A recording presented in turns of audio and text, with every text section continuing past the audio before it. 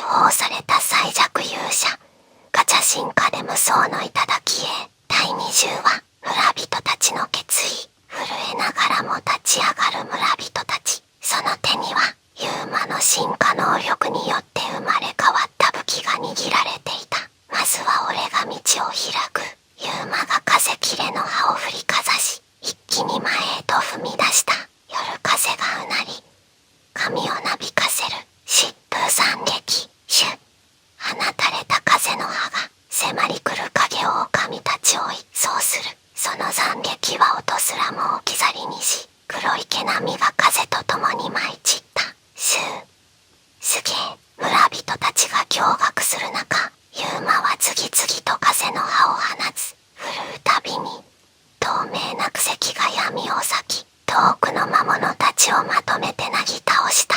ユーマさんに続け、村人の一人が叫ぶと、恐怖に縛られていた者たちの目に再び生気が戻る。うやー。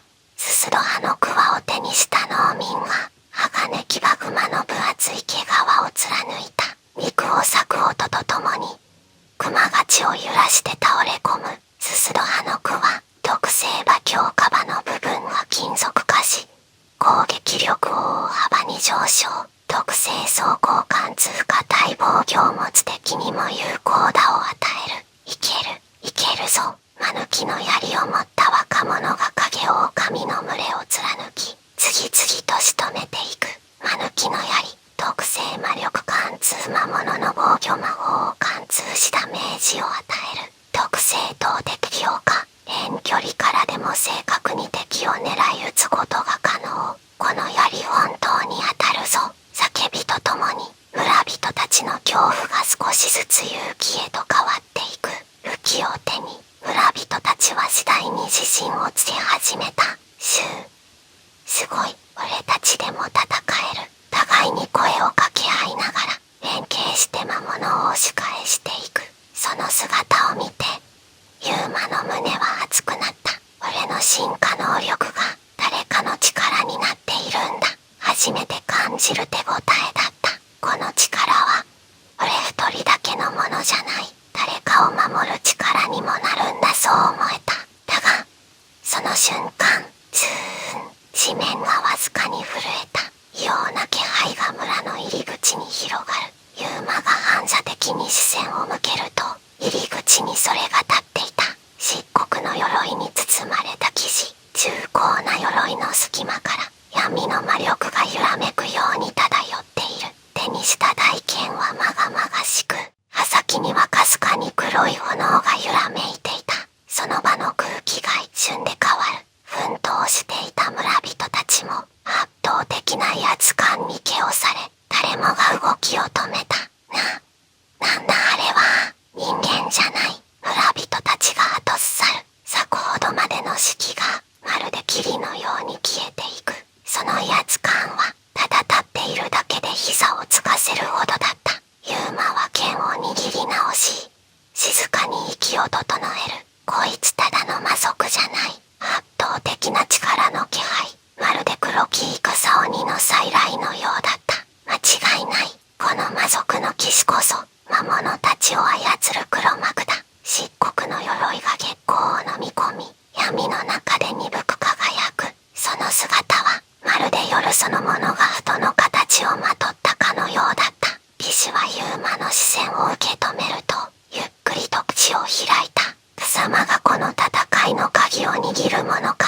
低く響く声が夜の空気を震わせる。その音には言葉以上の圧があった。ユーマは一歩も吹かず、静かに返す。お前が魔物たちを操ってるんだな。ふさっちがいい。わずかに唇を歪めると、騎士はゆっくりと大剣を構えた。刃先が血をかすめ、黒い火花が散る。なるほど。少しばかり流行るようだが、その力、どれほどのもの固めさせてもらおうか。次の瞬間、空気がはぜた。ドン。血を蹴る轟音。騎士は消えたのではない。世界から外れるほどの速さで踏み込み、ユーマとの間合いを一瞬で詰めたのだ。来る。風が逆流する。反射的に刃を構えた瞬ガヒーン。剣と剣がぶつかり合い、金属が悲鳴を上げる。火花が夜空を裂く。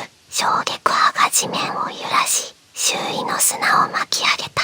おお、騎士が楽しげにつぶやき、再び間合いを取る。ユーマは腕のしびれを感じながら、冷や汗を拭った。速さだけじゃない洗練されている。人間にしては悪くない動きだ。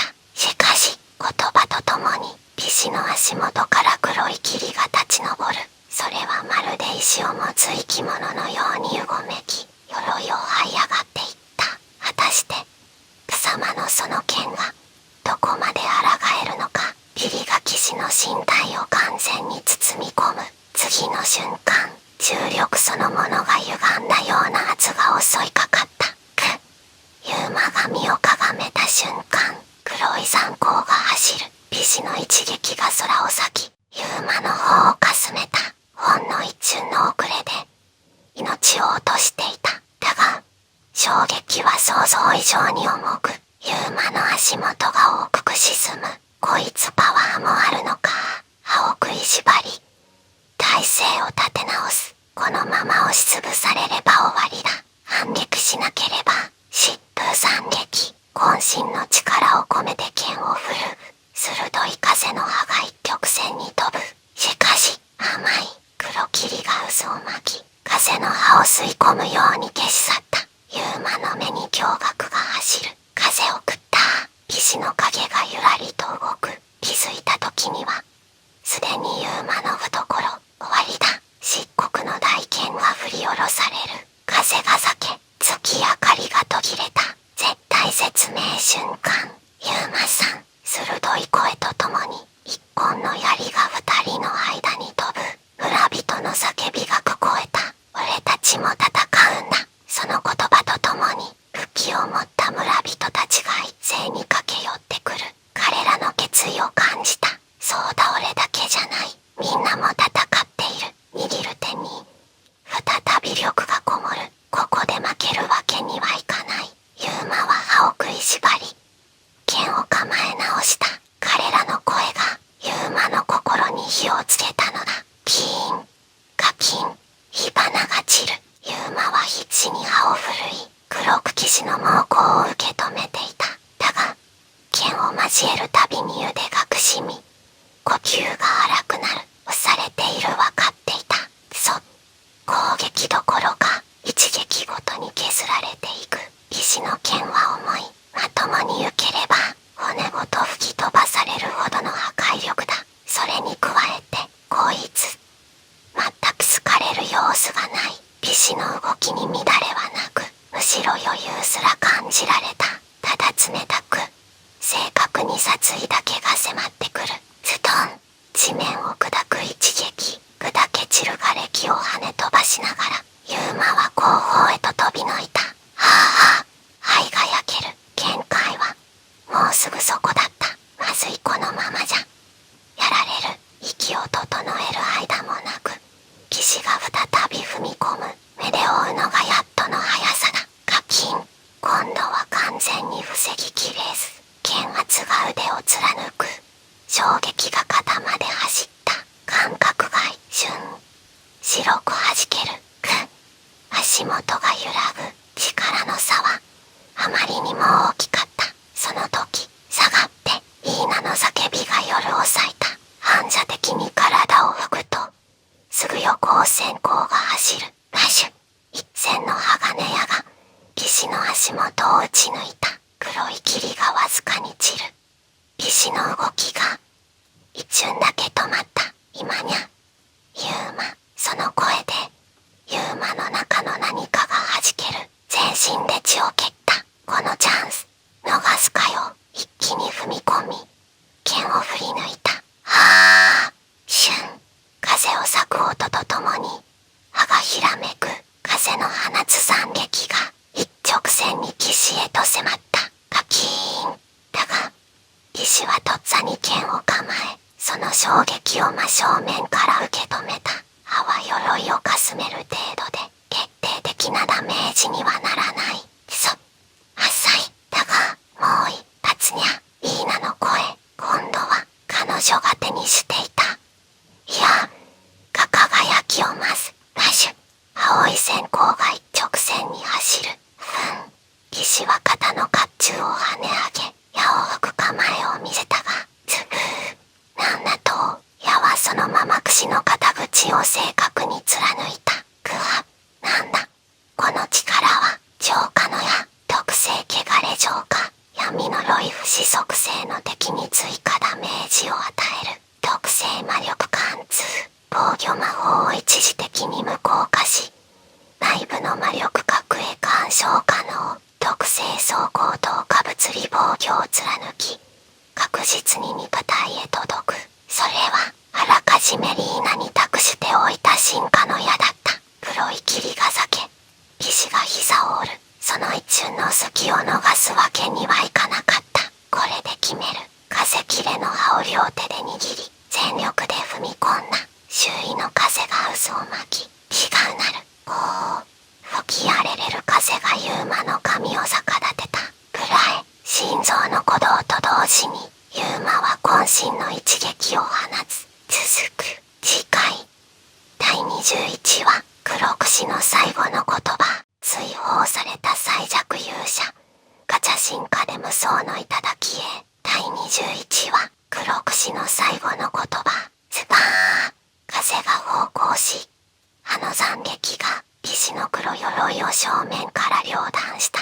鎧ごと肉を裂き、深く刻まれた列状から黒い光がほとばしる。ぐおー、重々しいうめきが響き、黒櫛の巨体がよろめく。次の瞬間、崩れ落ちるように膝をつき、ずしんと地面を揺らし沈黙した。夜の風が嘘のように静まる。やった。ユーマは荒く息を吐きながらペン先を下ろす。黒櫛の身体はもう二度と動かない。確かな手応えが腕に残っていた。倒した。やったにゃー。言いなが尻尾を高く掲げ、嬉しそうに駆け寄ってくる。彼女の方は血と汗に汚れていたが、その笑顔は満月よりも明るかった。はあ、危なかった。ユーマは膝に手をつき、息を整えた。震える手に残る感覚は、恐怖ではなく安堵だった。いいな。ありがとう。あの矢がなかったら、最後の一撃は決まらなかった。当然にゃ。私がいなきゃ。ユーマは今頃ぺしゃんこにゃ。イーナは胸を張り、得意げに耳を立てる。その仕草に、ユーマは思わず笑みを漏らした。ああ、正直驚いたよ。ふふん。もっと褒めてもいいんだよ。まあ、最後に決めたのはユーマの作った矢だけどね。執行ふわふわと揺らしながら、満足そうに胸を張る。ユーマはそんな彼女に苦笑しながらも、改めて彼女の存在の大きさを実感していた。そして、倒れた黒鎧の騎士を見つめる。一体、こいつは何者だったんだ。ユーマは静かにつぶやいた。戦いは終わった。しかし、疑問が残る。この村を襲った魔物たち、そしてこの黒鎧の騎士。彼は何のためにここに現れたのか。これで終わりなのか。しかし、違和感があった。倒れたはずなのに、どこか釈然としない。そして、戦場の緊張が、ほんの少しだけ解けた。その瞬間だった。ズズズ。黒櫛の身体から、黒い霧がまるで生き物のように這い出した。それは地面を這う蛇のように広がり、ゆっくりと形を成していく。まだ終わってないのを、言いなが矢をつがえる。ユーマもとっさに構え直した。霧はゆっくりと立ち上がり、音の形をなす。鎧を失ったその残死とも呼べる影が、ゆらりと顔を上げた。見つけたぞ。空気が一気に冷える。それは声というよりも、意識の奥に直接響くささやきだった。ユーマの背筋に氷のような感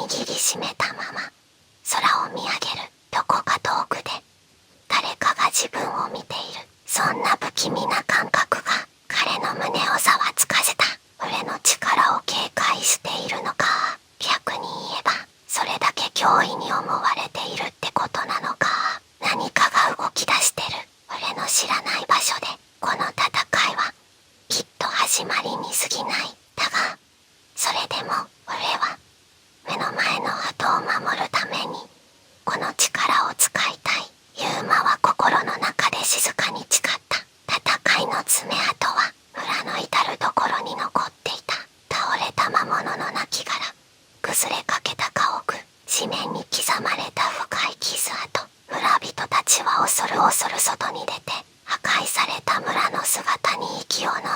だがその目は絶望だけではなく、希望の光が宿っていた。本当に倒したのですか？村長が震える声で尋ねる。ユーマは肩越しに黒鎧の騎士が倒れていた場所を振り返った。危険は去りました。もう村を襲うことはありません。そう断言すると、村人たちは一斉に歓声を上げた。やったぞ。本当に助かったんだ。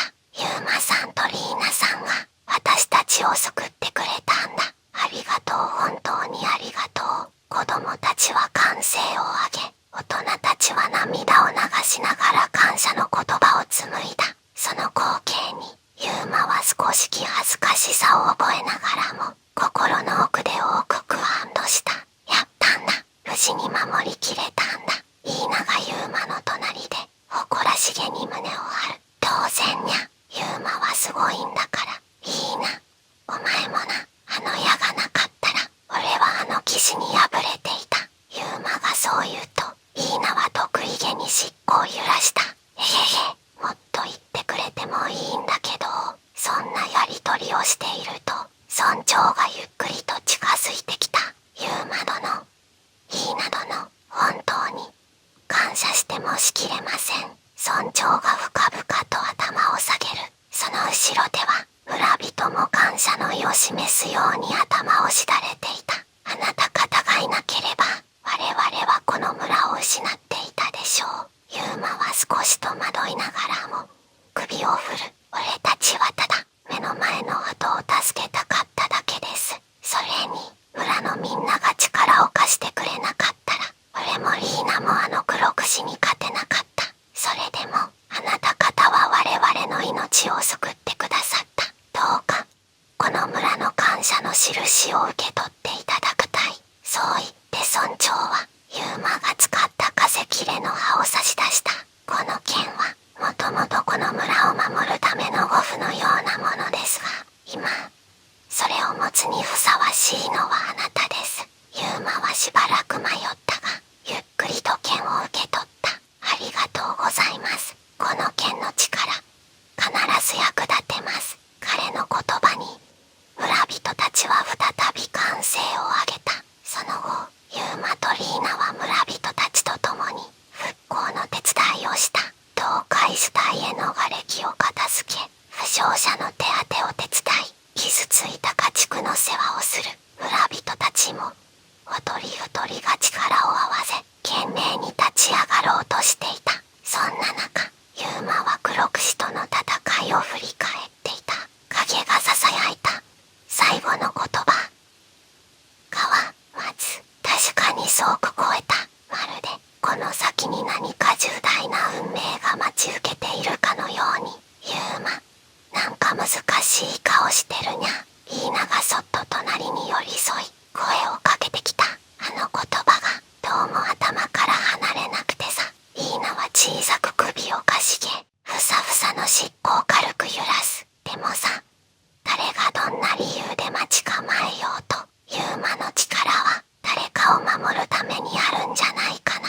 そう思うにゃ。そのまっすぐな言葉にユーマの心はふっと軽くなった。彼は小さく笑う。わわん。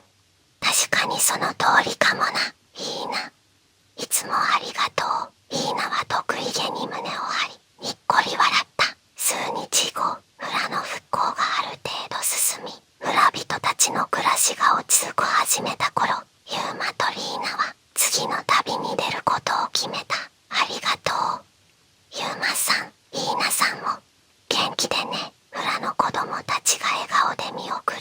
村長もユーマの肩に手を置いて微笑んだ。この村を救ってくれたこと、決して忘れません。村長の言葉にユーマは少し照れくさそうにうなずいた。俺はただできることをしただけですよ。村長は穏やかな笑みを浮かべ、ユーマを見つめた。その謙虚さと行動力こそが英雄の証です。その言葉にユーマは一瞬考え込み、軽く苦笑した。俺それたものじゃないですよ。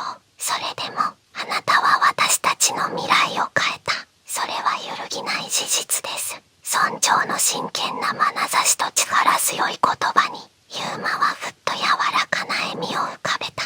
そうですね。ならその期待に応えられるようこれからも頑張ってみます。俺の力が少しでも誰かの役に立てるなら新たな決意を胸に秘め、ユーマとリーナは広大な世界へと踏み出した。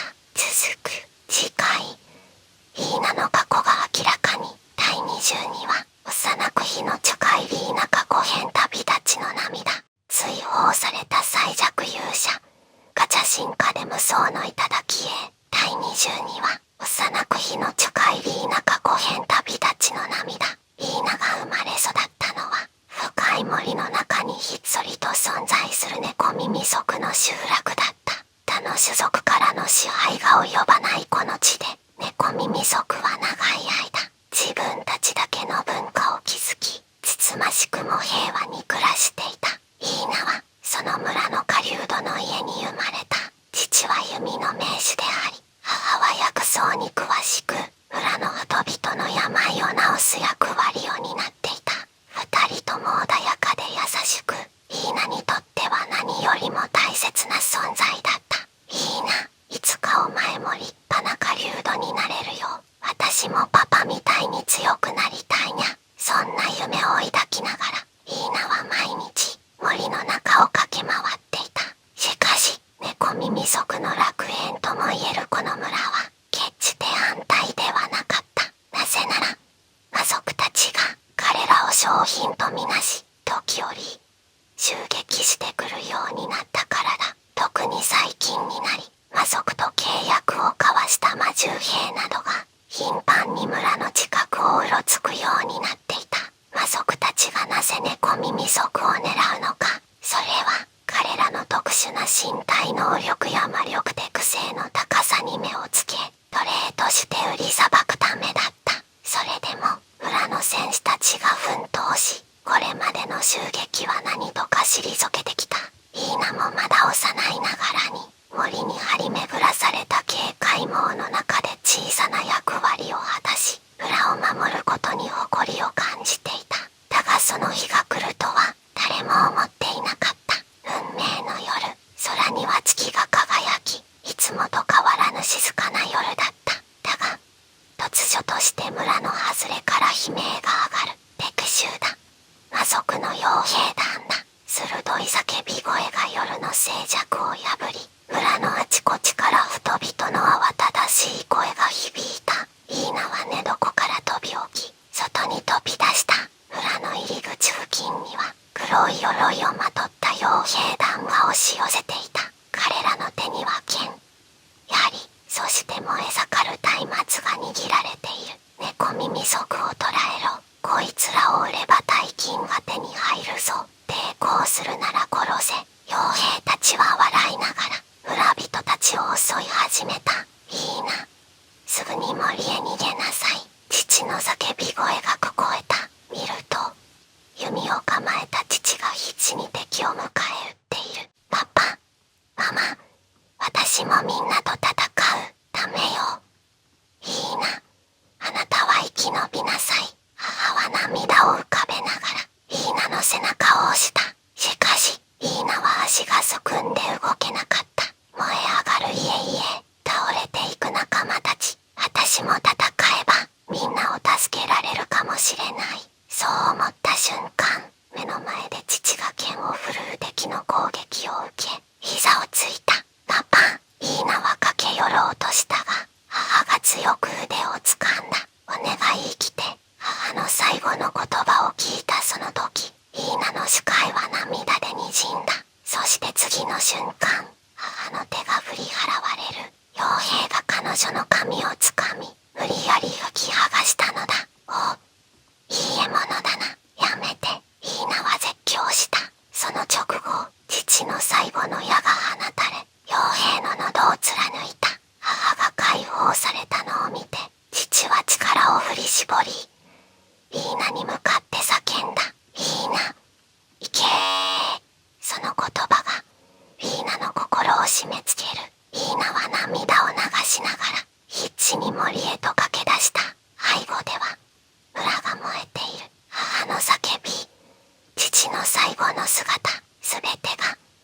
女の脳裏に焼くついた。私は足がもつれそうになりながらも彼女は走り続けた。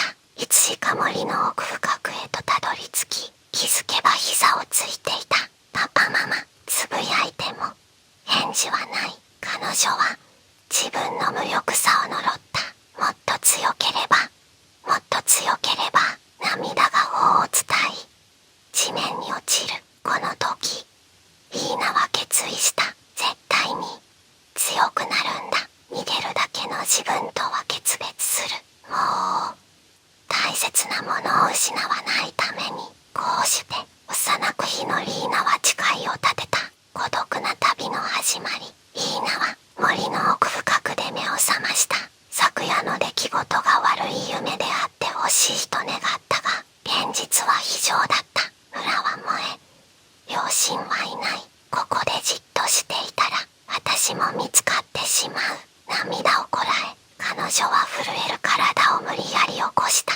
食料も水も何もない。あるのは昨夜の出来事が染みついた服と心に突き刺さる痛みだけだった。強くならなきゃ、生き延びなきゃ、何度も自分に言い聞かせるようにしながら彼女は森の中をさまよい歩く始めた。生存のための戦い。森の中は静かだった。しかしそれは決して安全を意味するわけではない。リーナの耳は草むらを揺らすかすかな音を捉えた。振り向いた瞬間、彼女の目に映ったのは大きな狼だった。冷たい視線でこちらを見つめる獣。体は痩せていたが、それでも幼いリーナよりはるかに大きい。生存競争の厳しいこの森では、弱者は捕食者に食われる運命にある。リーナは足を震わせながら必死に考えた。逃げるべき。でももう逃げたくない。両親を失い何も守れなかった無力感が胸を締め付ける。もう二度と自分を弱いとは思いたくなかった。うわー。リーナは落ちていた木の枝を拾い狼に向かって振りかざした。しかし狼は簡単にそれを避け、鋭い牙を向くため、このままじゃ。その時だった。風のような速さで何かが駆け抜け、狼が鋭い悲鳴を上げた。お前、こんなところで何してる？低い声が響く。目の前に立っていたのは黒い毛並みを持つ猫耳族の青年だった。彼は素早く短剣を構え、狼を牽制している。狼は青年の下顎に押され、静かに森の奥へと退いていった。リーナはようやく力が抜けたように地面に座り込む。助けてくれてありがとう。青年はリーナを見下ろし、ため息をついた。お前、羽鳥なのか。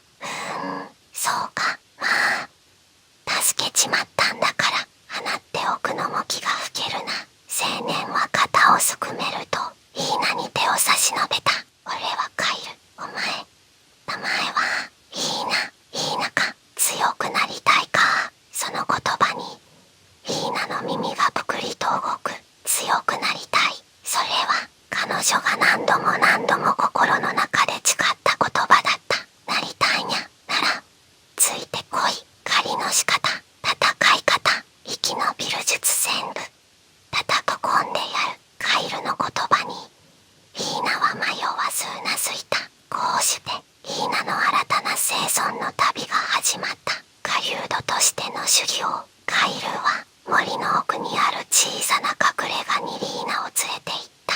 そこはかつて村を追われた猫耳族の者たちが身を潜めていた場所だった。リーナはそこでカイルから様々な生きる術を学んだ。最初に教わったのは獲物を狩る方法だった。狩りはな、ただ獲物を追いかけるんじゃない。相手の動きを読むことが大事なんだ。カイルの言葉を胸に刻みながらリーナは木々の間を静かに移動する方法や獲物の習性を学んでいった。次に学んだのは武器の扱い方。お前は小柄だ。から力任せじゃ勝てない。速度と技術で戦うんだ。弓の使い方、短剣の扱い方、そして素早く敵の懐心に潜り込む戦い方、それらを学ぶ中でイーナは少しずつ自信を取り戻していった。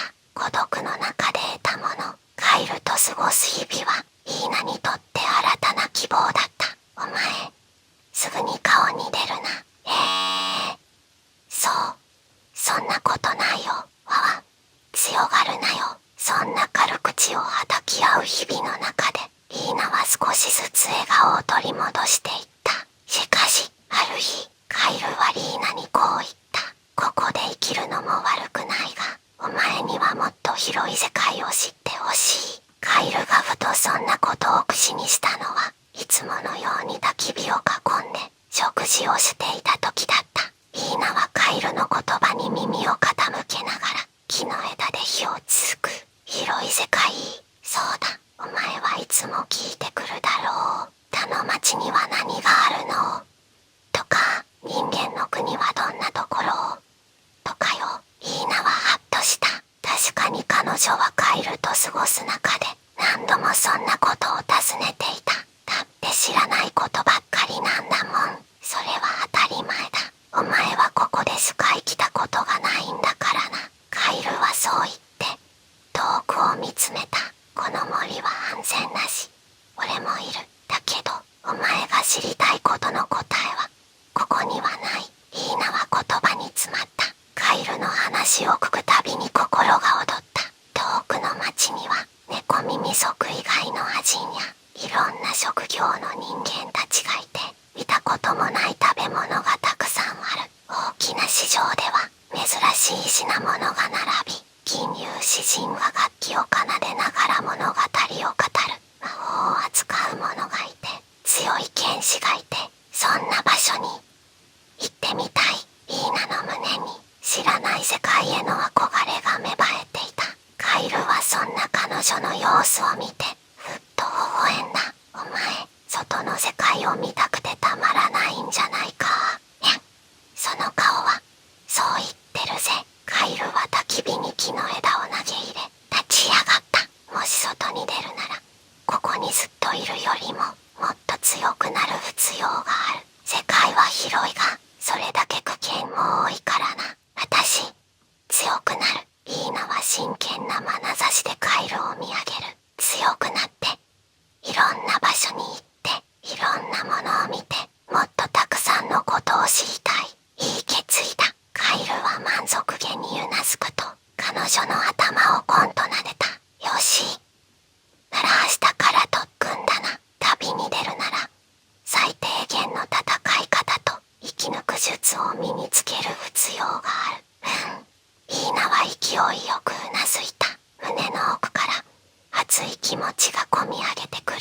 カイルに拾われた日、森の中でただ震えていた自分。弱くて何もできなくて守られるだけだった自分。けれどもう違う。私はもう逃げるだけじゃない。世界は広い。危険もある。でもそれ以上に知りたいことがたくさんある。焚き火の炎がパチパチと弾ける音がまるで彼女の心のこうなりを映し出すように響いた。ありがとう、カイル。なんかいらねえよ。お前がどんな景色を見つけるのか楽しみにしてるぜ。その夜、イーナは眠れなかった。心が弾む。胸が熱くなる。見たことのない景色、知らない世界、出会うはずのない人々、それらが頭の中で巡っていた。こうしてイーナは森を出る決意を固めたのだった。続く次回第23話、再会の奇襲劇。